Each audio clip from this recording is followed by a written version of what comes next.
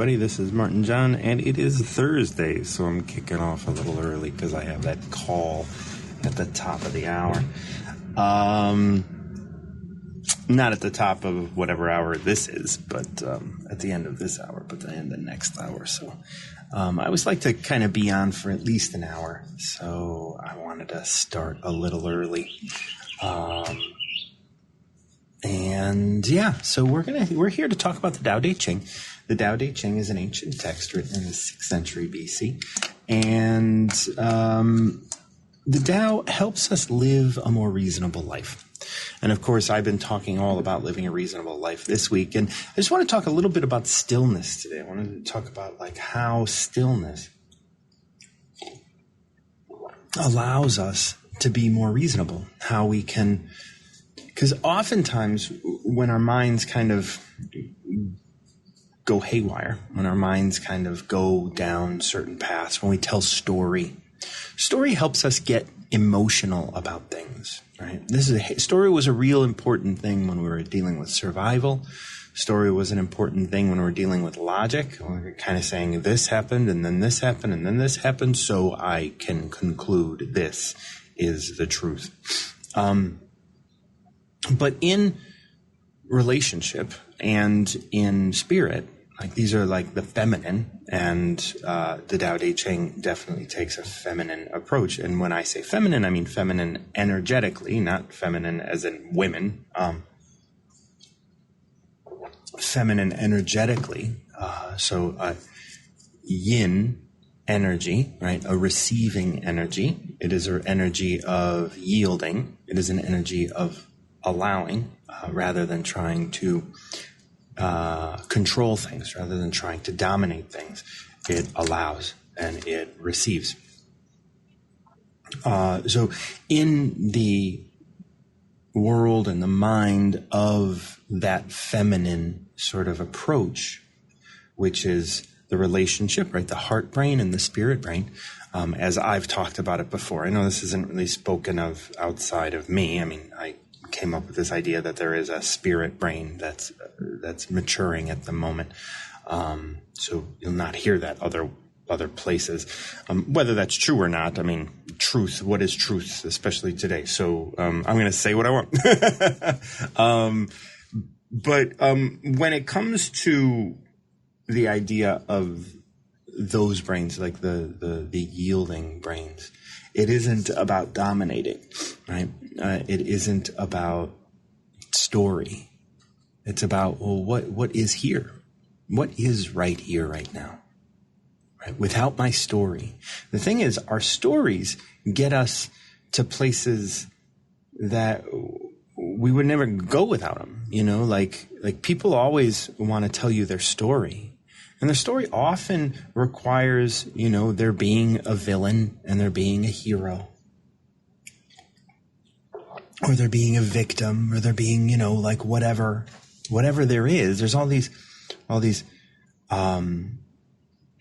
stereotypes or archetypes that kind of play into the whole story. And stories are great for getting us emotionally invested in something. And the Tao, and when we talk about Tao and when we talk about non-dual, we do talk a lot about getting out of the story, getting away from the idea that this is about my emotions and getting into what is going on with me, right? What is happening when I have this experience without the story? When I separate myself from the story, when I separate myself from my goals, when I separate myself from what I want to achieve, when I separate myself from all of the influence under which I've been living my whole life, what is left? Right? Who am I? Who is this? And then I get to know that person without the story. When I have the story, I am good at drawing. And I'm going to draw and I'm going to be good. And then I go to art school and then I find out that I'm not the only one good at drawing. And now I have to be better at drawing or painting, or I try and take a different route. And then there's the whole, I talk a lot about birth order. If you're the firstborn, you get used to the idea that, hey, I'm the only one. And then if you happen to have another sibling come into the family, well, that gets ripped from you, right? Now there's a story. Now there's a story from it. You wanted a sibling, but you didn't know that having a sibling was going to take so much from you. And then now there's a story about what that sibling, and your story is very different than your mother's story. They have nothing to do with one another, and yet they're telling the same. They're describing the same time frame. And then as you get older, you have this story in your head that things get taken from you or whatever, and you get emotionally invested in it, and that story becomes cemented into your life. Story, story, story. And I think a lot of parts of what we look at when we look at Tao is get away from that story. That story isn't helping you. And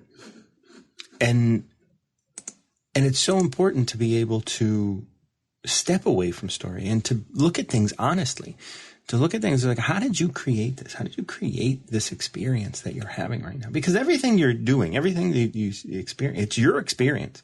And the story is coming from you. You're the storyteller, no matter what it is. So if you have a friend in your life that, is doing things that you don't like about them, or you have someone in your life, and it's like, you're the storyteller here.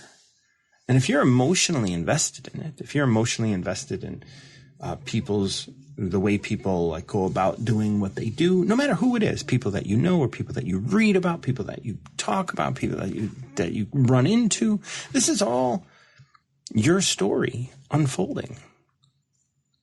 And a lot of times as you're reading your story, as you're living your life, right? As you're flipping through the pages of your own novel,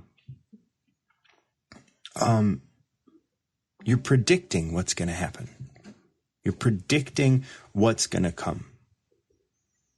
And you've already established a theme in your life. It's very similar to, like when you go to an opera or something like that, like the first notes that you play before the opera really starts are setting the groundwork for you to tell story in your mind. So when you hear something, you will have heard that before.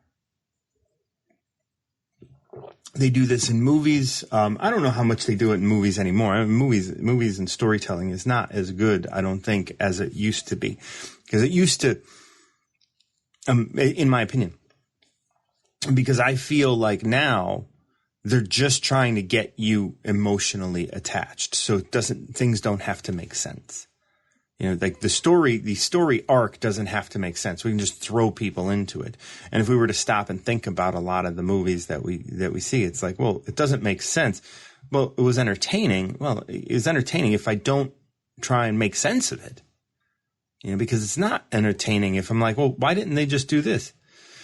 I remember that a movie came out, Pan's Labyrinth. And I was really confused about the movie because I was like, I didn't like it. And everyone around me liked it. And I was like, I get it now. Like I understood. I didn't care if the little girl lost her life. I was not invested in the life of that little girl. And I realized that Del Toro, I think, might have been the director. Whoever directed Pan's Labyrinth, he based the entirety of our caring about that little girl in the fact that we should care about children. But if we are not emotionally invested in the lives of children, I don't have children, and I follow Tao. So, no, whether the child survives or not isn't. So what? What's happening in the bigger picture? And because I wasn't invested in the life of that little girl, I didn't like the movie because it had no. It had no anchor for me to attach to it. And so often we tell story, and if somebody doesn't, address the same things, or someone's not emotionally connected or agree with our assessment of the story, it's often because our story doesn't resonate with them. Because how could it? And the thing is, it would be great if nobody ever resonated with our stories. If our stories were just like, oh yeah, you had, you spent 13 years out addicted to, drugs and alcohol and all of this, and then you got better. Oh, okay, good. What now? Who are you now? So what? That's my story. Right? My story is I had addiction, and then I came out of addiction, and now I'm doing this, and I wrote the Tao, and I do all of these other things. It's just like, so what? So who are you? Those are things that helped make you who you were, and congratulations and good for you. And oh, Martin, you did such great work. Burp, burp, burp. But the reality is like the more people are, the more people are invested in my story, the more people that give me attention because of my story, the more the story is more important than me. And then I have to realize that then I am playing a role. I'm playing a role of the character in the story versus just allowing things. That's where I'm kind of at. And that's what Tao is asking us to do. Just be present.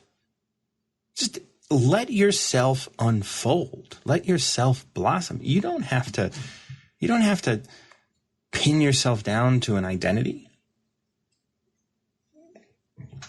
or a story or anything like that. You are constantly changing all the time, and you're growing, and you don't have to hold on to any sort of identity.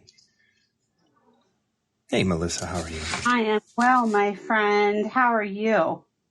Doing great. I'm just hanging out, doing a little early. It's Thursday. I have that 7:00 call. So I know. I was excited when I saw you pop on, and I was like, oh, that's right. He's early on Thursdays. Yeah. Okay, but I got a question for you, my friend. Yeah, shoot. So you were talking, and you were talking about our stories. Do you believe that our stories are interconnected, that there's interconnectedness in our stories? Well, okay, so as story, right, as something that you believe is happening to you, like you are the victim of your life and all of the... Nope, stop. I have to stop you right there, my friend. I am not a victim, sir. I am a victor. See, I'm reframing that. I am not a victim any longer, my friend. Right, and that's so all part of your story. I'm sorry, right? I had to interrupt you and jump absolutely, in. Absolutely. In there. But like the reason that you need to reframe it is because you have a story that resonates with you being as a victim, right? Because if you didn't have that story, you would not have to reframe it. You know me too well, my friend. There's a yes. All of our lives are interconnected, right? All of our lives are non-dual, right? We are all connected. We are all one. So yes, there is an interconnectedness. However, story comes from intellect, and intellect exists in manifestation, not in Tao, right? So you knowing what's going on with you and stuff. And so I'm going to say, no, our stories are not interconnected. You can make them interconnected, like, oh, you and I met and it was fate and like all of that. And like, yes, you can look at that. And the problem is that the story isn't there. You're simply making up the story, and you're the only one making up the story. Now, if you and your sister or brother or whatever, like if you have a twin, you both are making up your own stories. Those stories aren't even interconnected, except in the moments when you and your twin sit down and decide to interconnect them on purpose, because you do not share intellect. Your intellect is not shared with anyone else. Now, we do have interconnected through energy and through all of these things. So there are interconnected things that are happening, like you and I are obviously connected, so our lives are interconnected. And that is done under the surface in a place where neither of us are conscious in Tao, right? We're just going about our lives. Now we have stories. I have stories about my life.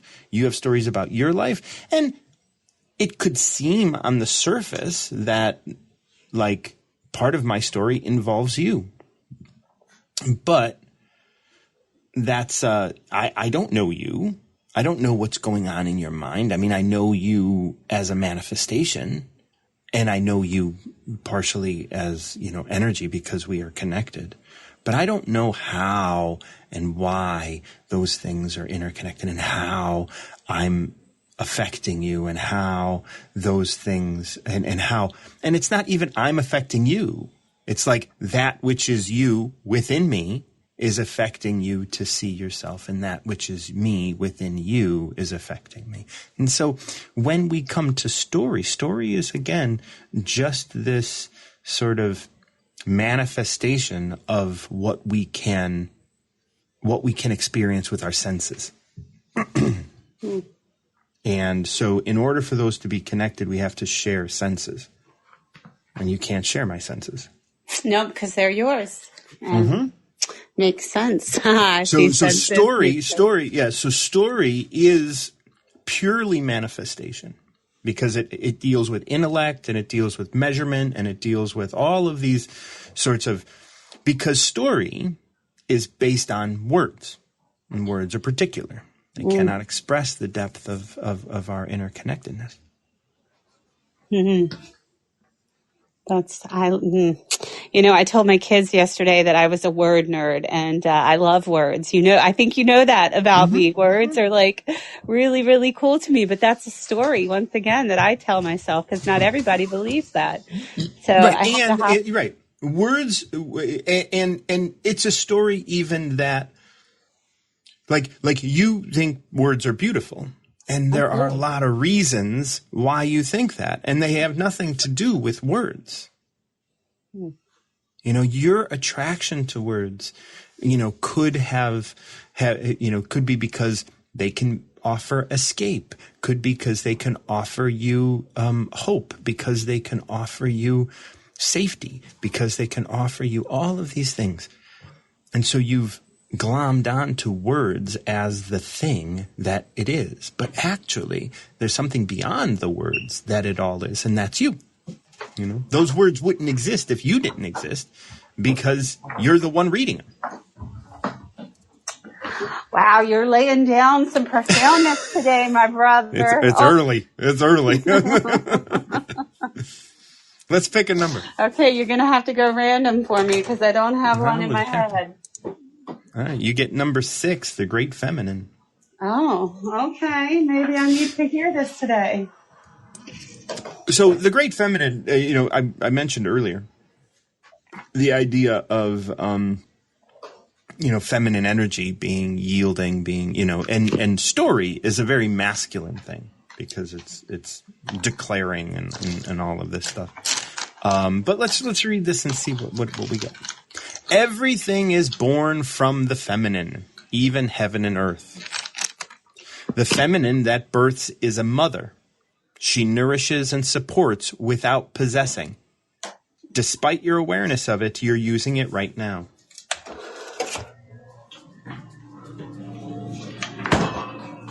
That's it. Oh, it's a short one today, huh? It's very short, yeah. Wow.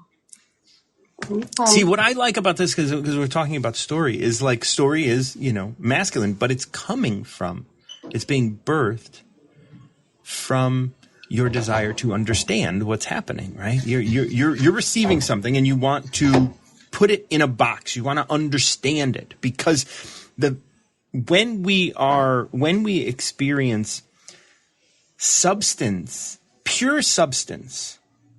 And that's what this is saying. Like, everything is born from the feminine. The feminine is pure substance. And then you put it in a box and you try and understand it. Your experience in life is pure substance. And every story tries to put limits on that substance. And that tries to box it into a thing. And that's why we tell stories. So we can say, okay, I can't fathom the depth of the substance of my life. So I'm going to tell story, and that story will sort of contain the substance of my life in a specific box that I can understand, right? It's like, what do you use to make sense of your life? Words. Someone else uses work. Someone else uses drugs. Someone else uses, raising children. Someone else uses food. Someone else uses, everybody is going to try and contain that substance, that overwhelming feeling of vastness of life, like anything is possible. So because anything is possible, I get scared. And when I get scared, I'd rather just hold on to something I can predict, like money or words. Hide. Or what? Or hide. Right. Well, hiding is right. Like, but we frame something and then we frame it in fear. So because we frame it in fear, we can go hide. And then, when we're hiding, we can find different things to comfort us. Whether that's laying in bed or food or words or story or whatever. And it says the feminine that births is a mother. She nourishes and supports without possessing. And that's the thing. We don't have to possess. And those stories put us in a position of possessing things. We limit things.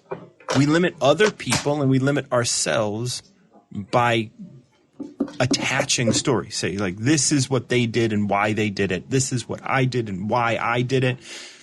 And really the answer is, well, you did it. And you have no real reason, you have no real knowledge as to why, quote unquote. You can say why you think you did it, but the reason that you did it is because we're interconnected and everybody needs to have an experience. And this is the experience that you're having. And this is an experience that you're allowing someone else to have. And that is looking at it from this high level of like, the conductor of the universe, like that one executioner that we talked about yesterday, I believe. Like there's only one conductor here, and this is why you can support without possessing, because you are everything. So can I say something in response to the one conductor? Yeah. So last night, you know that I'm Christian. So I was at a Bible study, and sometimes words fail me. And at the Bible study, I said that something about putting God in a box, and I was like, wait, you can't put God in a. So we were talking about the Ark of the Covenant, and I'm like, you can't put God in a box, and that just seems to be kind of what we're talking about today, because God is in us. God is all around us. God is everything. Like you were saying, the great conductor, you can't put him in a box. Right. It just, and you can't understand. No, I surely can't, Martin John. I tried so hard. And the wonderful thing about that is God is the whole idea of God or Tao or whatever that and I say idea, it's not an idea. But I say idea because we are coming at it from the manifestation, and so it has to be something, right? It's overwhelming, right? Just the connection and the energy and all that is God, all that is all of us, all that brings us all together from a non-dual sort of approach, it's overwhelming.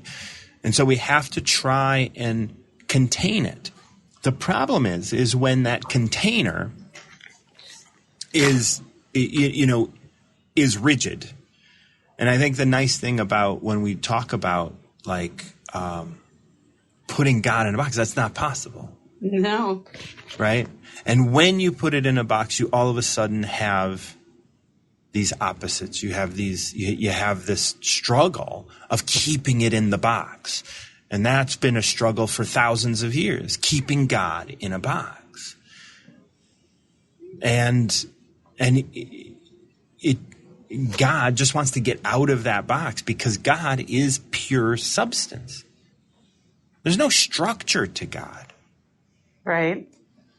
Because once you make a structure to God, you can measure. And God, none of us should be measured. And yet, like we're constantly trying to measure God. We're constantly trying to measure each other. And that's that's a recipe for disaster. No, yeah, absolutely. And God is infinite. A box is finite. You can't put something infinite into something finite, like you were saying, the rigidness and the flexibility. Wow. Okay. I love this. So I am going to say goodbye to you now, my dear, because I have to get going. Today's a big day. And, I got that meeting after school today. Oh, good luck. But it's hey, you know what? I don't need luck, Martin John. It's going to go well. I'm claiming it. I'm just going to be my silly It's going to be beautiful. And you know what? It's going to be. That's right. And if somebody wants to tell the story that it's not, that's their perception, because, their perception isn't reality. Well, that's how I'm just looking what at they're it, perceiving. my brother. Good. You have an amazing day. I love you, and I will talk to you soon. Sounds good. Thank you. Bye. Bye-bye. The great feminine. This is such a short one, and sometimes it's hard to grasp so much in such a little, I don't even know if there's 50 words here. Everything is born from the feminine, even heaven and earth. Heaven and earth born from the feminine. You're born from the feminine. Everything you birth in your life is coming from the feminine of you. The feminine that births you is a mother. She nourishes and supports without possessing. That's the part that we're talking about today, this idea of you can nourish and support that which you birth without possessing it. You don't have to possess this thing. It doesn't have to be yours. Even your life doesn't have to be yours. It's like, this is the life that I'm getting to lead. This is the life that I'm living. Far out. This is the life that I am experiencing right now. I'm experiencing doubt. Ooh, cool. Well, what's that all about? I'm experiencing pain. Ooh, let's check this out. The idea that we want to run around and be able to predict or be able to express everything. It's all so fleeting. Just birth this moment. This experience is coming from you. As you birth this moment, it's going to unfold into the next.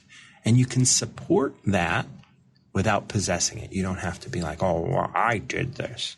Because once you start to get into the I did this stuff, that's the measurement. And as we were talking with Melissa, you don't have to measure God, and you are God. God is within you. There's no box that you have to get to, you have to find. There's so many things that I read and I see in the world today, which is always telling you, you have to do a thing to get to a certain place. You don't. You definitely don't. There's nothing that you have to do. I mean, I even talk to people about the working with me. It's like, well, working with me isn't going to give you necessarily anything that you're going to get without working with me. You'll just be able to see it quicker. You'll be able to understand why you're doing what you do and how you're doing what you do, and you'll be able to get a new perspective. You will end up there. Maybe it'll be on your deathbed when you go, oh, damn, I missed it. That's fine. I mean, what's wrong with that?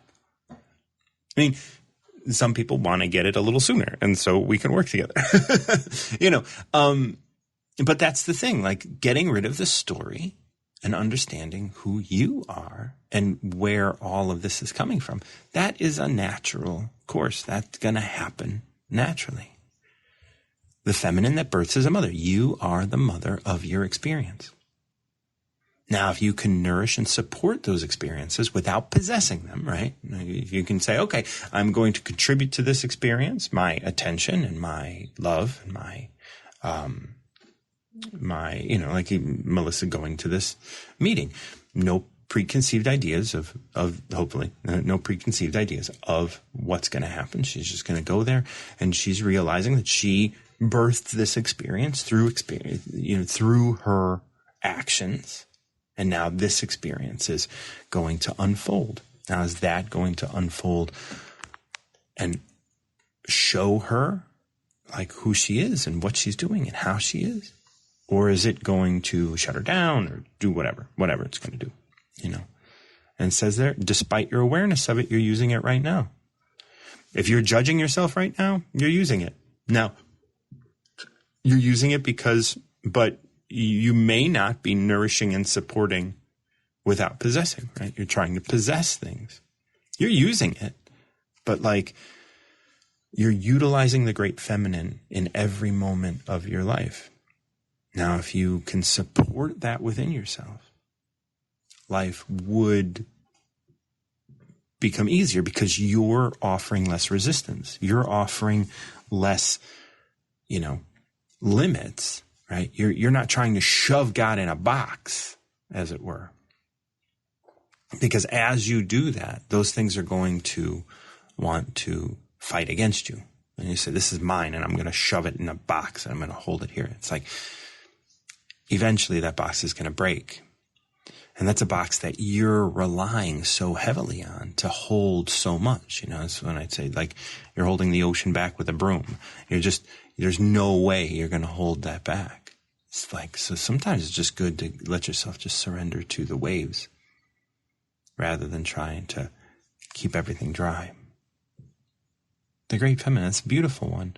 And it does, the more I talk about it, the more it kind of gets, abstract, because it is abstract. Each and every one of these is abstract. And it's hard to put into words, because it is about your experience.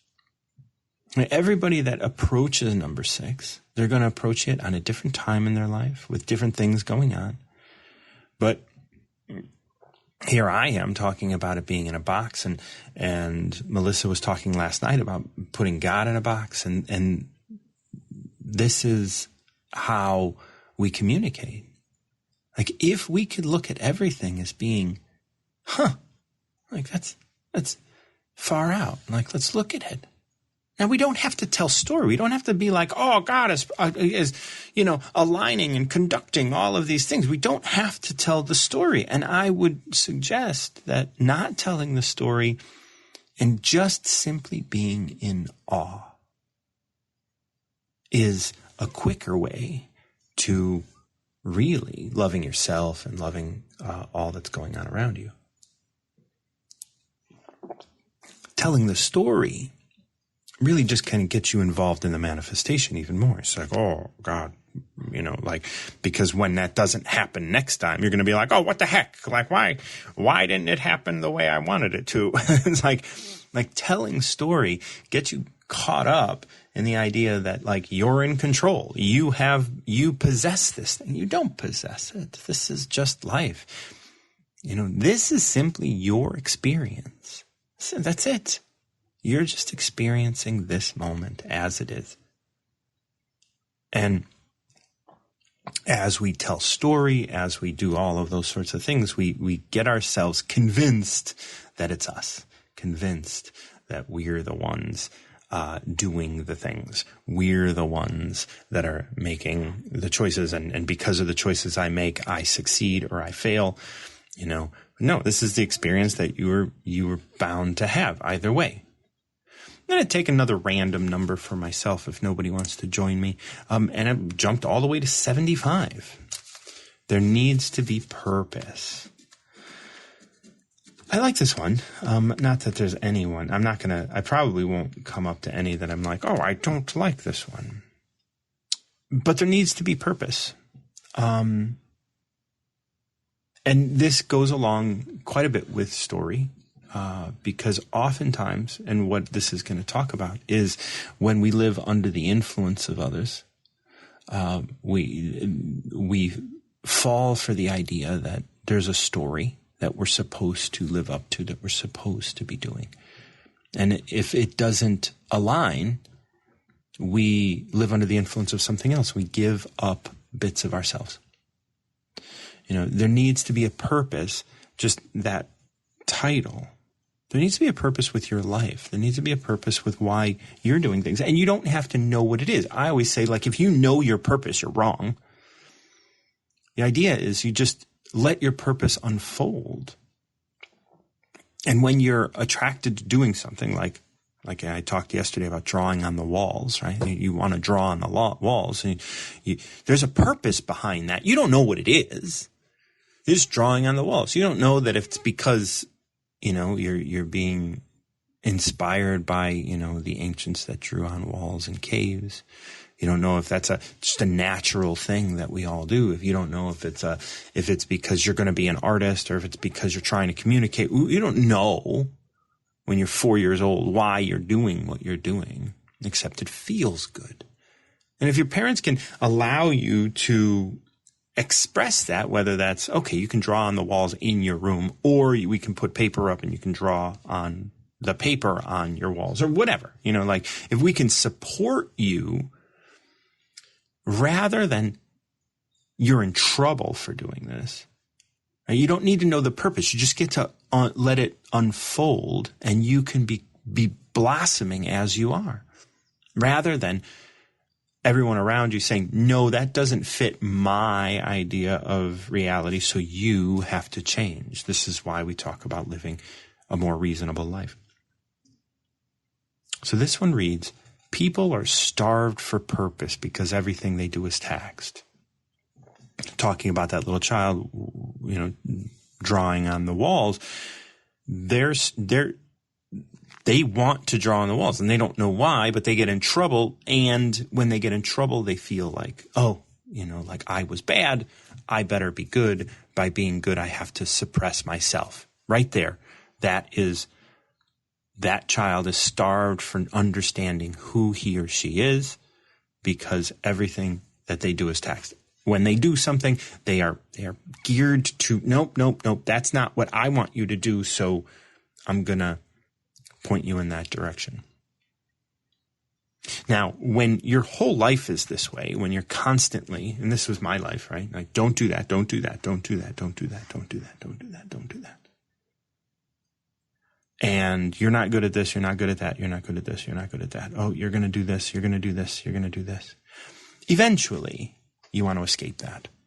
And then that's where we come into the next line. That being so, why would they venture to do anything?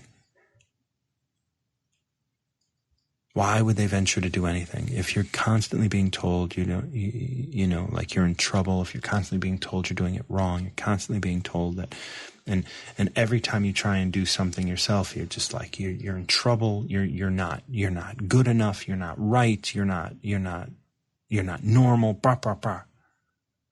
All that being so, why would they venture to do anything?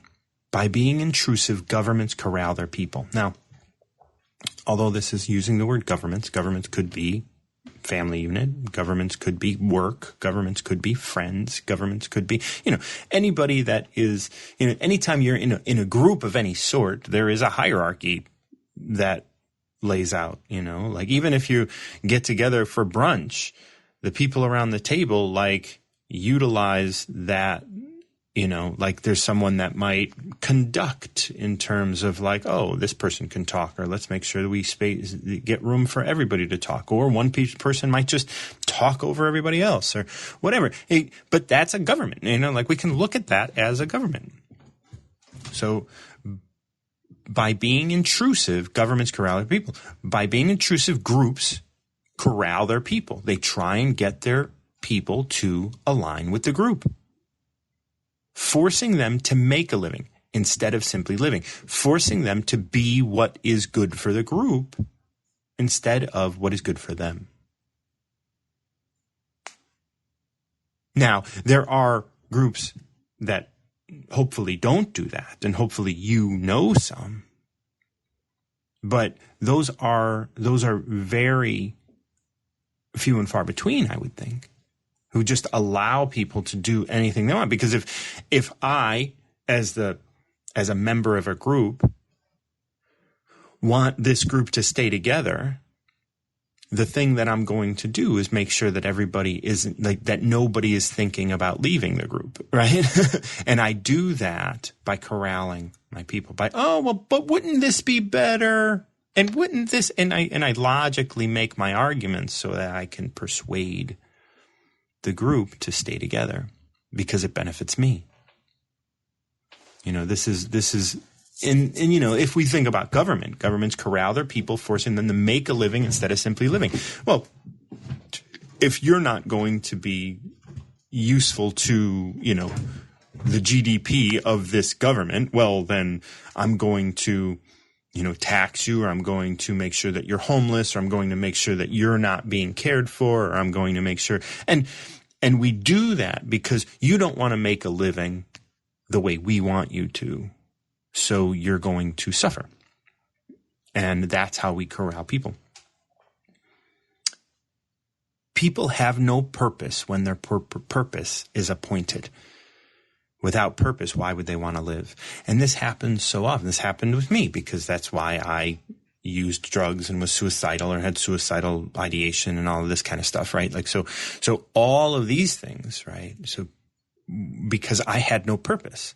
I was just being what I was told to be. And it was best for me to not be me. And this is many years ago. But it was best for me to not want anything. Because if I wanted something, it was going to get taken from me because I would be kind of forced to make a living instead of simply living. And I had no purpose. People have no purpose when their purpose is appointed. And my entire life, my purpose was being appointed to me. Over and over. My overachieving sister, laid groundwork for me to have to, do well in school. And as most of you know, I do not like to read, right? And I don't like to read because reading was used as a punishment for me. So all these things, right? My purpose was appointed. And they're like, this is how you have to be. I didn't really care about cars. And so my dad always got upset because he was a mechanic and all of this stuff. And it's like, I don't know what you want from me. And so I just collapsed and I was interested in almost nothing. And then I went to art school and it went well, but I didn't really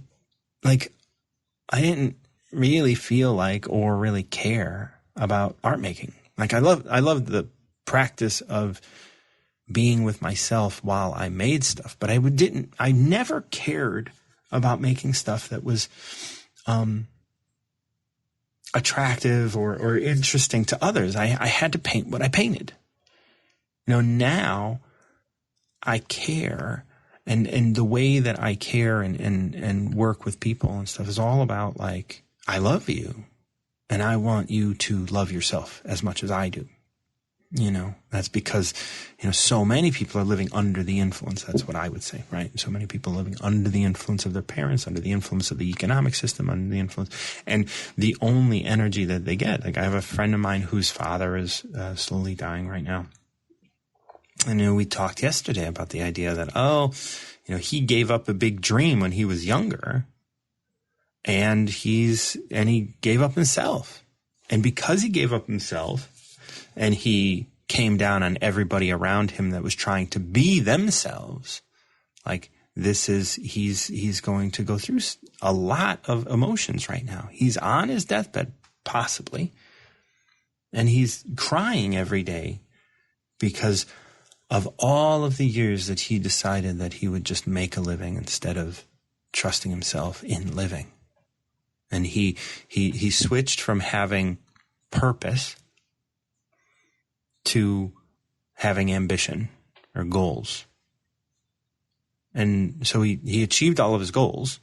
He made a lot of money and all of this, and he had a marriage that lasted, his life and all of these things. But he's struggling right now because he's realizing that he gave up himself for all of those things. And he's starting to come to grips with that. He has to. He'll come to grips with it and he'll be able to pass easier, or he'll start to heal. But he currently gets his energy from other people by forcing them to, quote unquote, make a living in his family, those in his family. Right? He's forcing them to make a living, and the living that they're making is his. And at the end of this, it says, all of this is intrusive meddling. It robs people of their lives and lines the pockets of those in authority. When it says lines the pockets, of course it's thinking about like finance, but many of you probably had parents who intruded on you being you, and a parent or both that robbed you of being you, or a partner that robbed you of being you. And it robs people of their lives and lines the pockets of those in authority. And what that means is that it just it gives energy to the people that are above you, the people that are influencing you. It gives energy to those people.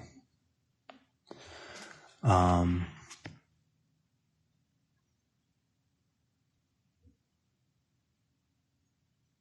just reading a message really quick from Shelley. She agrees that it's true what I'm saying. It's, it was a hard line for me to tell my friend yesterday when I was like, oh, you got to pay the piper, and that's what's happening. And it's, he gave up himself and he expected everyone around him to do the same. And when they didn't, it caused him so much grief. And he would purposely keep things, he would hold things over people's heads. He would say, oh, well, if you're not going to give yourself up, why should I give you any money? If you're not going to give yourself up, you're not going to give up your life, why should I give you anything? And it's like, you're going to have to, that's going to come back, to haunt you. There is going to be a reckoning in all of that. There needs to be a purpose in your life, and that purpose shouldn't, I don't think, be expressed in words. You shouldn't say, my purpose is to help people. It's like, okay, well, you can do that in a million ways. But when you say, I have purpose, and you just wake up and just put your hand on your chest and on your heart or whatever and just say, I have purpose. I'm being guided to execute my purpose. I'm being guided to my purpose. It's not that I have to conduct it. I don't have to control it. I don't have to be the one that can spell it out. But it's mine, and if I just observe myself and you say, wow, far out, look at what I'm doing. Look at how all of this connects. Look at how all of this look at all this information that is just at my fingertips, not just on the internet, but just within my body. You are connected to things that you have no idea about. And by being you, by allowing yourself to be who you are, that you contribute more. And that's the thing. So many people are out there making a living instead of simply living. So many people are out there doubting their purpose, doubting that they even have a purpose, or think that their purpose is to make money and, support my family. You knowing yourself and allowing yourself to be guided by Tao or God or whatever you want to say,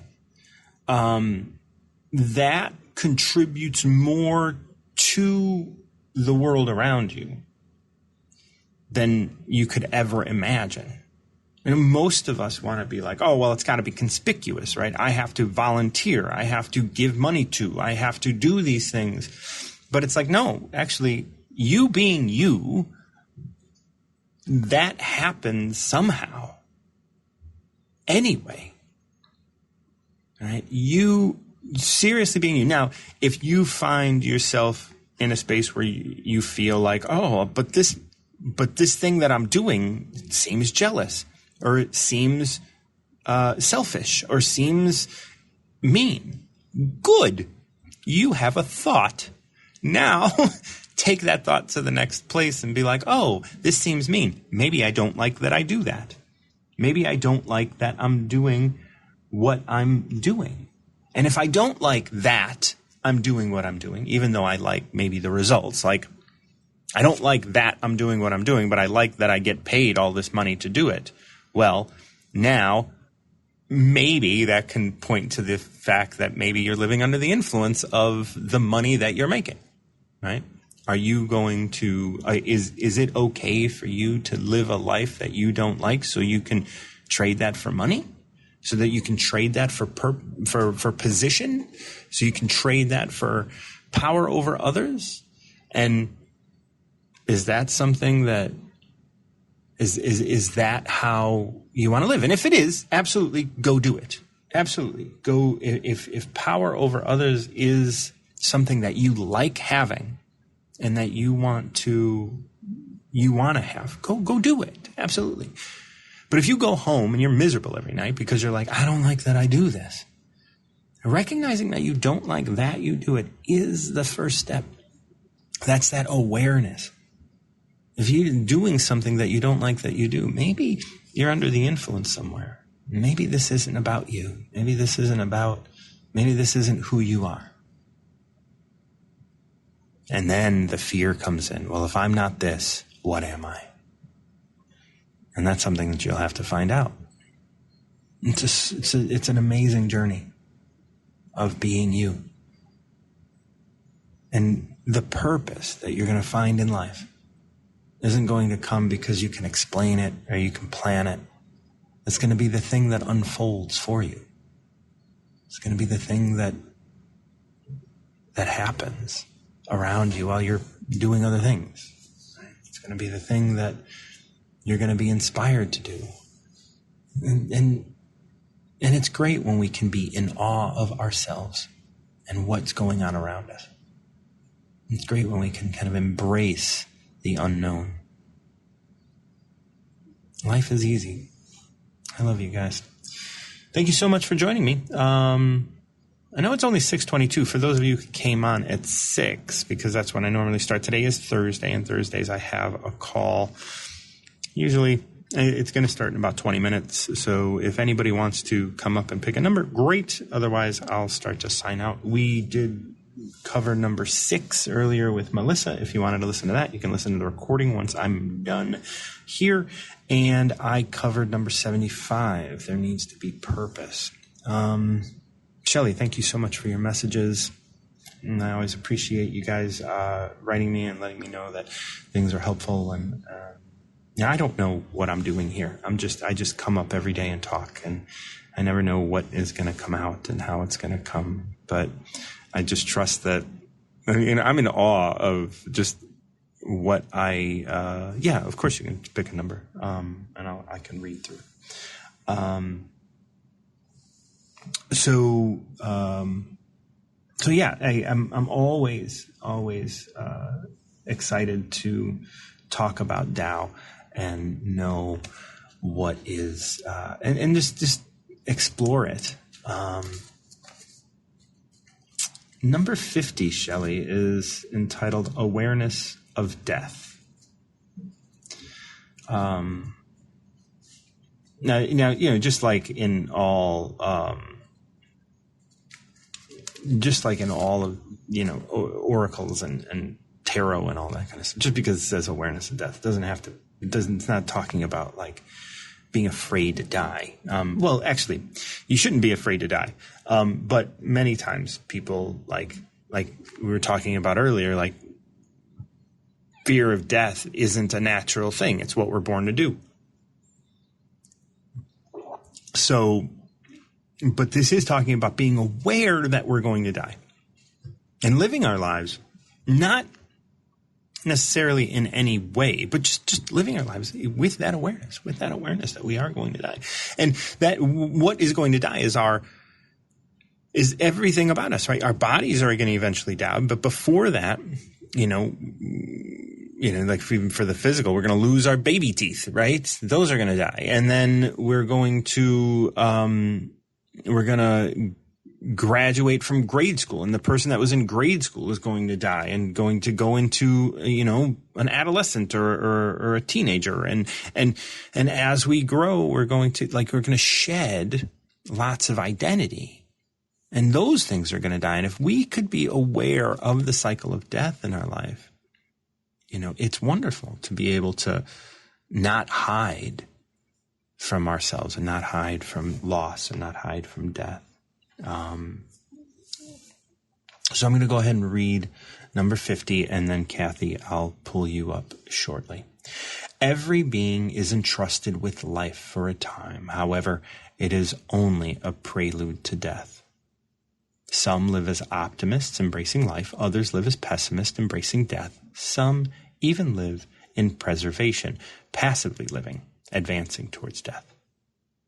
The master lives aware of her appointment with death. This brings her to knowing real life.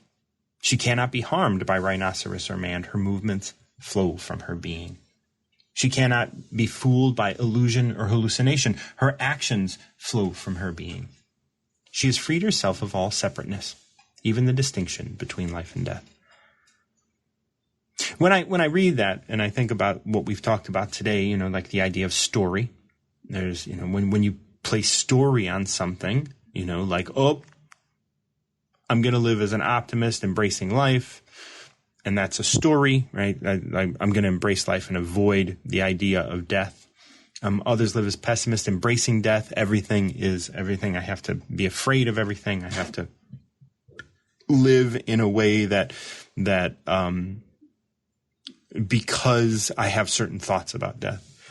Some even live as in preservation. And there's none of those are the right, quote unquote, ways to do it. If you do one of these things, great, no big deal. However, what it says here is the master lives aware of her appointment. That's simply aware of it. Not living her life because of it, but this brings her to knowing real life. She knows she's going to die. So live this moment. Live this moment right now. And that doesn't mean getting caught up in entertainment. That's not living this moment. That's escaping this moment. It's not meaning go and jump out of airplanes. Why do you want to do that? If you want to do it, go do it. So what? It's not important. It's not special. Do what you do. So what? I remember talking to somebody one time, and we were talking about trans people, and we were like, the journey to transition gender is must be an amazing one. Must be one that I couldn't imagine. It has to be amazing. But if that's all you are, it's kind of like jumping out of an airplane, and then 20 years later, they're like, I jumped out of an airplane. Burr, burr, burr. It's like, okay.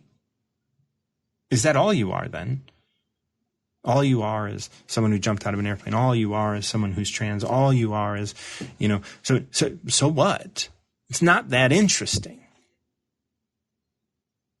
Not to, of course, jumping out of an airplane is amazing. But if that's the thing, if that's all you are, well, so what? And that's what this is saying. That brings her to knowing real life. You don't know. You're not embracing the pacifiers. You're not embracing the excitement. You're not embracing the emotion. You're not embracing the story. You're simply here, knowing what real life is. She cannot be harmed by rhinoceros or man. Her movements flow from her. She's inspired. She cannot be fooled by illusion or hallucination. Her actions flow from her being, again, inspired. Because She's not living as an optimist, pessimist, or in preservation. She's able to, like, there might be moments where that happens. There might be moments that the others happen. And there is no separateness. This is beautiful. Who I am right now, at this moment. She has freed herself from all separateness, even the distinction between life and death. Thank you, Shelley. I'll send that over to you. We're going to bring Kathy up. Hey, Kathy, how are you? Good, how are you? I'm well. What's going on this morning? Oh, nothing. I was just starting to wake up and thinking about my day, and I picked up my phone and saw that you were on. I Yeah. wanted to say hello. Well, thank you. We got a number for your day? I was trying to think of one, but I can't. I can't pick one out. All right. Well, then I'll just pick a random one for you if that's okay. That's good. All right. Number 19, real education. Real education. We've been talking a lot about that today. The idea of like, what do you really know? What is it the story? What is it that's driving you? So real education says, don't aspire to be holy or smart, and you will finally find happiness. Don't inquire about morality or justice, and you will finally be perfect. Don't create things in order to profit, and you will finally be secure. If all that fails to inspire you, stay humble and simple as possible, and at least you won't be selfish. You know, there's this phrase that I've come across a couple times, which is like, don't let great be the enemy of good. Have you ever heard that? Yeah. It's about this idea that, like, if you want to change something and there's a great idea, right? The great idea is that everybody lives happy and free. Okay, great. Here's a good idea that can move us in that direction. And a lot of people can pull down and poke holes in your good idea that can move us in that direction because it doesn't end up with us all being free and happy. And it's like, but that means you're using great as the enemy of good. Like, as I start to iterate in my life and as I start to grow, as I start to change what I do and how I think, there's that idea of like, well, if you're not going to do it all, don't do it at all. You know, and that's what I hear here today when I'm reading this with you is like, don't try and kind of have this idea that of the end result. Have an idea of how we can start moving in that direction. Have an idea of how we can be a little bit more kind, maybe. Maybe I can't, support, all of the homeless people, but I can, knit a hat and hand it out to one, and that's good. It's not, and really for that one person, it's great. But if I can't, end homelessness, that doesn't mean I don't do what I can to support my neighbors. Just because I can't, take all of the kids in some, poor school and put them through college doesn't mean that I can't, put a book in a book drive, like that's what, when I think of like great being the enemy of good, which is what came up when I was thinking about, when I was going through this, that's the idea that came up. When I read that, did anything stand out to you? I can read it again. It's pretty short. What's that? I said more of what your point was for sharing. What you have is what your gift is. Yeah. So if you share it with others, then it expands and goes farther. And then, like here it's like, don't aspire to be holy or smart and you will finally find happiness. The idea is like, why are you measuring and all of this thing when you can just share what you are. If you aspire to be something other than you are right now, you're not going to see the gifts that you've been given and the gifts that you Yes. offer. Yeah, because you are what you are, and if you decide to share that, then somebody out there, depending on who you're around or what's going on that day, it might inspire them to do the same, and it gets shared again and actually go farther and farther That's and right. make someone wow. And you don't have to judge yourself, because that's the aspiring to be holy or smart, the inquiring about morality or justice, the creating things in order to profit. And like doing all those things are about like commodifying your being. But you're here and you are as holy as you are. And there is no way to measure that. I mean, you can measure it against someone else, but you don't know what they're doing behind closed doors. I mean, all those nice people that turned out to be murderers. You know, like all those nice neighbors everybody has. Like, oh my God, like you don't know what's going on behind closed doors. So be who you are completely, and don't try and be something else. Because we love you, and you're here. You're the one that's here, not the person you think you're supposed to be. Yep. Yeah. And I like the way this ends, because it's like, look. If all that fails to inspire you, stay as humble and simple as possible. Just be who you are. And if that means you judge yourself because you're not smart enough, or you judge yourself because you're not pretty enough, you judge yourself because that's fine. That's fine. But stay humble and simple. Like don't try and come down on other people, because sometimes we'll do that if we think we're not good enough, and then we go out and we achieve something. Now we want to rub it in people's face, but we only want to rub it in their face because we were the ones that were judging ourselves for so long.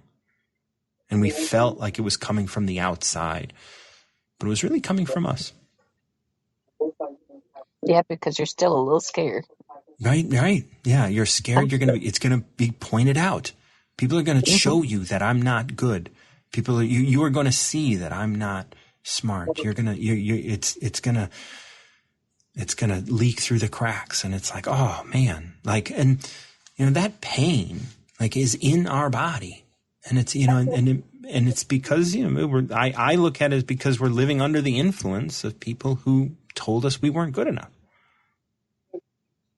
Yep, and you try to aspire and get the I guess you'd call it approval.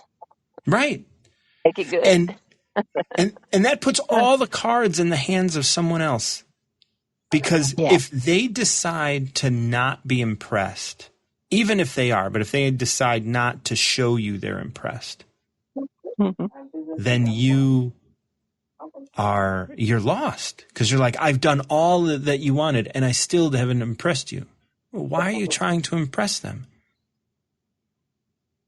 Like, you are perfect. And we get lost in that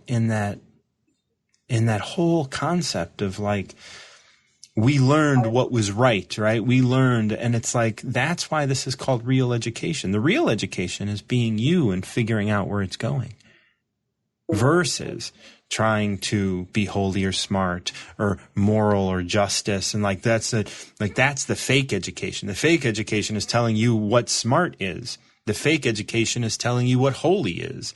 The fake education is telling you what morality and justice are. The fake education is putting money in front of you.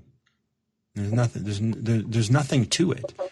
You are learning about yourself here.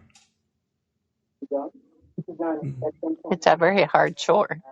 Yeah, well, especially when everybody is trying to get you to learn what they want you to learn. If everyone would just shut up, like, I think it would be easier, It would be.